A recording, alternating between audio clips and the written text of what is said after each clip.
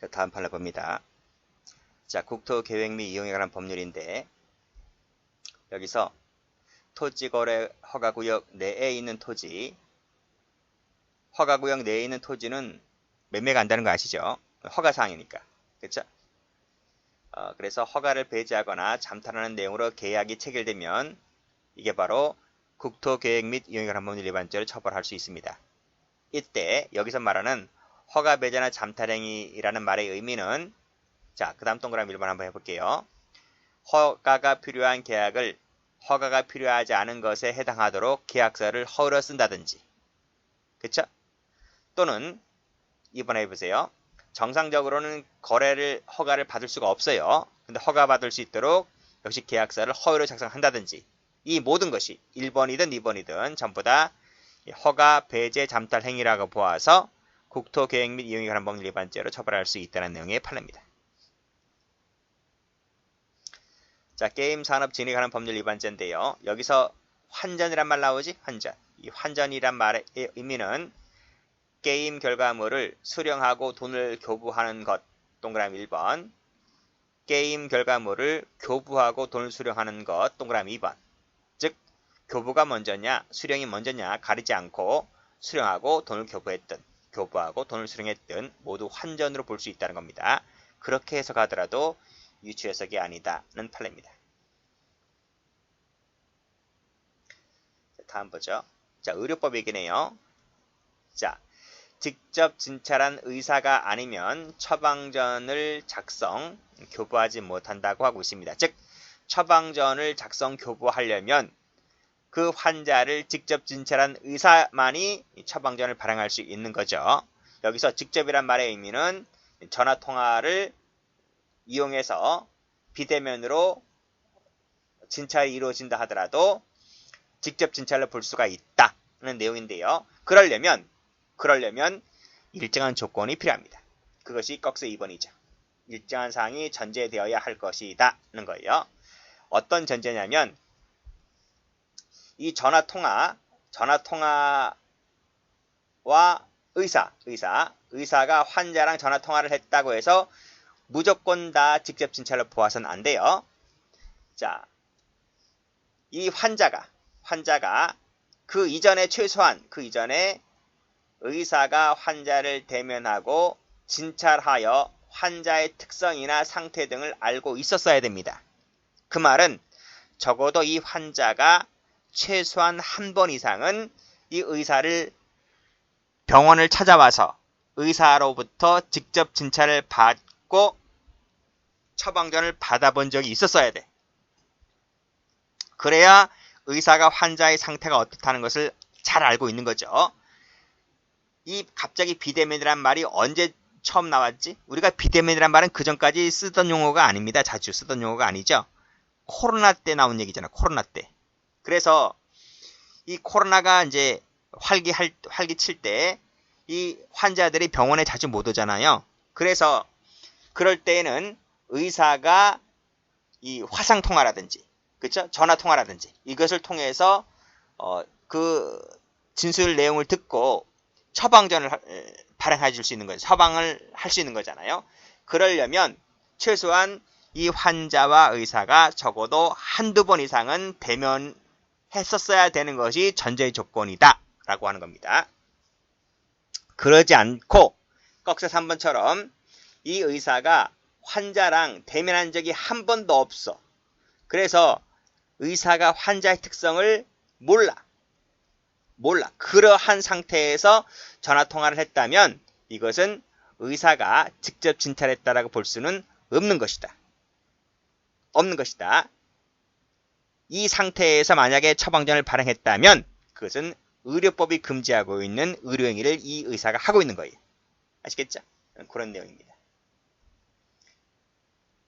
자, 여기서 시험에 2번 나왔는데 자, 꺽쇠 1번 한 번 나온 적이 있습니다. 꺽쇠 1번. 직접이란 말의 의미는 전화통화 등을 이용하여 비대면으로 이루어졌다 하더라도 의사가 진찰을 하였다면 직접 진찰로 볼 수 있다는 내용, 요 내용도 한 번 나온 적이 있어요. 그리고 전제 조건이 나온 적도 있고 이 부분도 받으시고요. 각각 나온 적이 있기 때문에 각각 받으세요. 자, 다음 보죠. 여기도 보시면 요것도 마찬가지예요. 요게 바로 그 밑에 판례도 여기도 전화통화죠. 전화통화입니다. 전화통화를 통해서 원격지에 있는 환자에게 행하는 의료행위인데 이것도 의료법이 금지하는 위반행위가 될 수 있다는 거예요. 이 전화통화도 뭐였어? 이 전화통화도 초진이에요. 초진. 그러니까 기존에 많이 그 의사와 환자가 여러 번 만났던 적이 있었던 것이 아니라 초진이에요. 초진. 초진임에도 불구하고 원격지에 있는 환자에게 전화통화상으로 처방을 내린 거야. 이것은 의료법 위반죄가 되는 것이고 이것이 환자나 환자 보호자 요청에 따라 행해졌다 하더라도 똑같이 의료법 위반죄가 된다는 내용의 판례입니다. 자, 이 부분도 한번 나온 적이 있기 때문에 받으세요.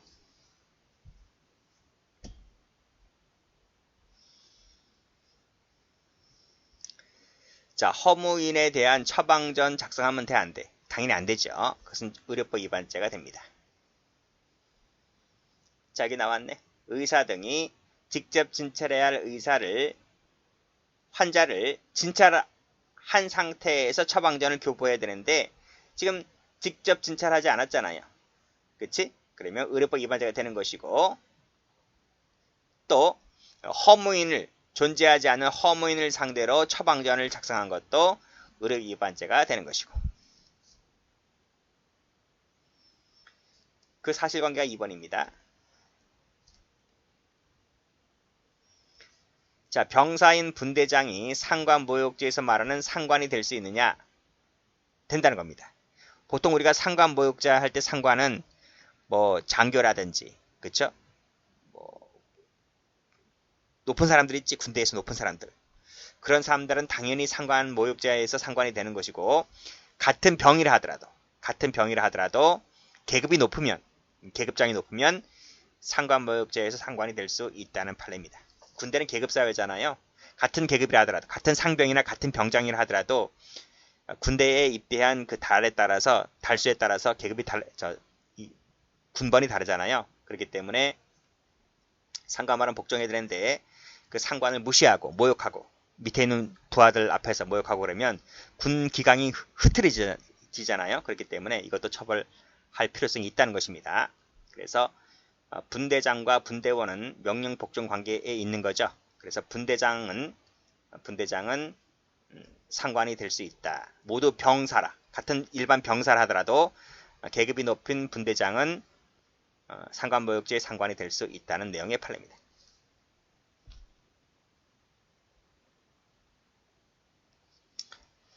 자, 조세범 처벌법에 보면 납세 의무자를 대리하여서 세무신고를 하는 자가 있는데 이 세무신고를 하는 자가 조세를 정확하게 신고를 해야 됩니다. 이 거짓 신고하게 되면 조세범 처벌법에 따라서 처벌합니다. 보통 대리신고자가 누굽니까? 세무사지, 세무사. 세무사 등이 그 세무 신고를 할 때 거짓 신고하는 수가 있어요. 뭡니까? 자기에게 납세 의무 있는 자 있죠. 납세 의무자가 이제 세무사님 세금 좀 적게 나오게 해주세요라고 하면서 이제 부탁을 좀 많이 하잖아요. 그렇죠? 그래서 이제 세무사가 이제 그 세금 신고할 때 축소 신고하고 그러잖아요. 그 축소 신고가 거짓 신고입니다. 그렇게 되면 적발되면 이 조세범 처벌법 위반죄로 처벌됩니다. 그래서 여기 보시면 납세 의무자를 대리하여 세무 신고를 하는 자에는 이 세무사 자격증이 있어야 됩니다. 이 세무사 자격증이 없는 자가 이 세무 신고를 하면 역시 마찬가지로 조세범 처벌법 위반죄로 처벌이 가능합니다.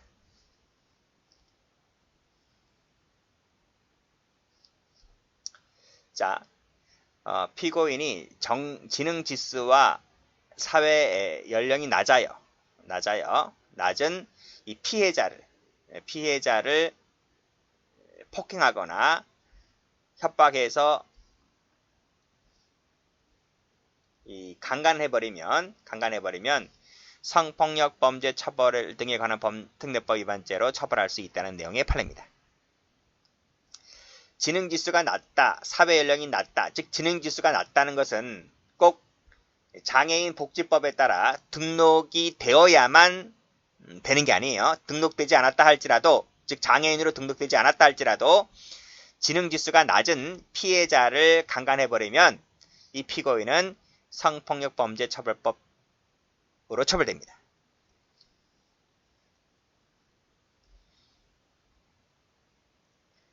담배 얘기네요. 담배. 꺽쇠 1번, 꺽쇠 2번 뭐 담배 기준 나와 있고, 꺽쇠 2번은 뭐 제조 얘기 나와 있고요. 한번 읽어보시고, 꺽쇠 3번을 보시면 전자담배입니다. 전자담배.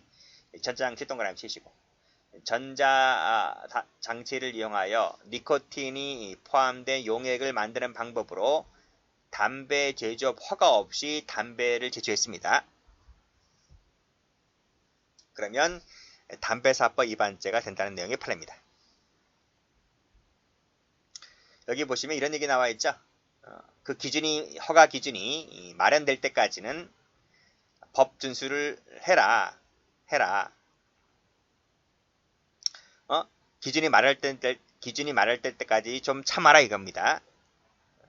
기준이 마련되어 있지 않다고 해서 막 허가 없이 이렇게 전자담배를 이용해서 니코틴이 포함된 기구를 만들어서 팔면 담배사법 위반죄로 처벌할 수 있다는 내용의 판례입니다. 자, 당내 경선이죠. 경선 과정에서 기부행위하면 역시 공소법 위반죄로 처벌할 수 있다는 내용의 판례고요.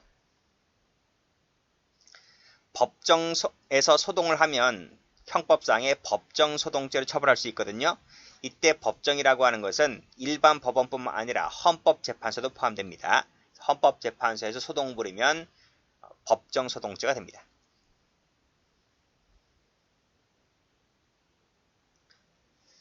자, 특가법이긴데 운행 중인 그 자동차 운전자를 폭행하면 안 되는 건 아시죠? 그렇죠? 뭐 자동차뿐만 아니고 버스도 마찬가지입니다. 그러면 운행 중인 운전자를 때리면 특가법으로 가중처벌됩니다. 이때 운행이라고 하는 것은요, 물론 이제 주행 중인 것을 말하지만 일시정차도 포함됩니다. 이제 버스 생각해보세요. 버스가 운행 중일 때 버스 기사를 때리면 특가법이 됩니다. 그리고 버스가 이 정거장마다 쓰잖아요. 쓸 때 그 서 있는 그 틈을 이용해서 때리면 역시 이것도 특가법입니다. 엔진을 끄지 않았기 때문에. 엔진을 켜고 있고 일시정차 엔진을 그것도 마찬가지잖아. 그 저번에 그런 내용이 있었잖아. 법무부 차관이 택시기사를 때렸잖아요. 택시기사가 그때 정차해 있었어요. 근데 시동을 켜고 있지 않았잖아요. 시동을 켰었잖아요. 시동을 킨 상태에서 목적지까지 거의 왔었고 손님이 약간 잠들었었는데 목적지 다 왔습니다 라고 말했다고 해서 기분 나쁘다고 때렸잖아요. 그 특가법인 거야. 그렇지? 그래서 일시정차도 포함된다. 그래서 정차 중이었다. 일시정차 중이었다. 때리면 운전 중으로 봅니다.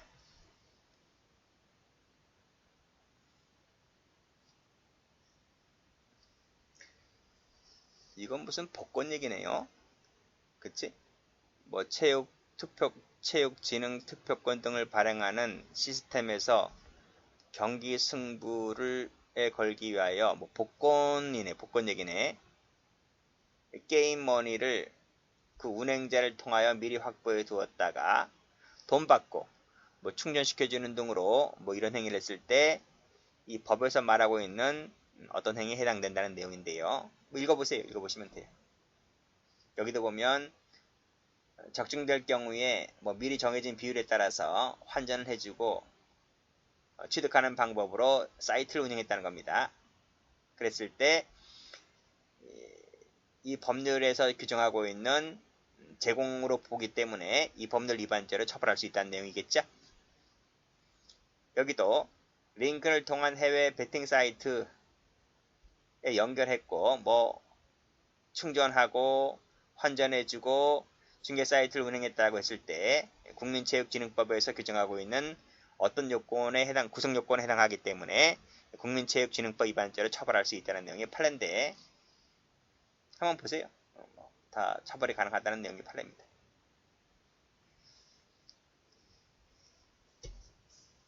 저작권법에 보면 저작자 아닌 자를 저작자로 표시하면 안 됩니다. 그치? 여기 보시면 저작자를 허위로 표시하는 건 당연하겠죠? 허위로 표시하게 되면 저작권법 위반죄가 됩니다.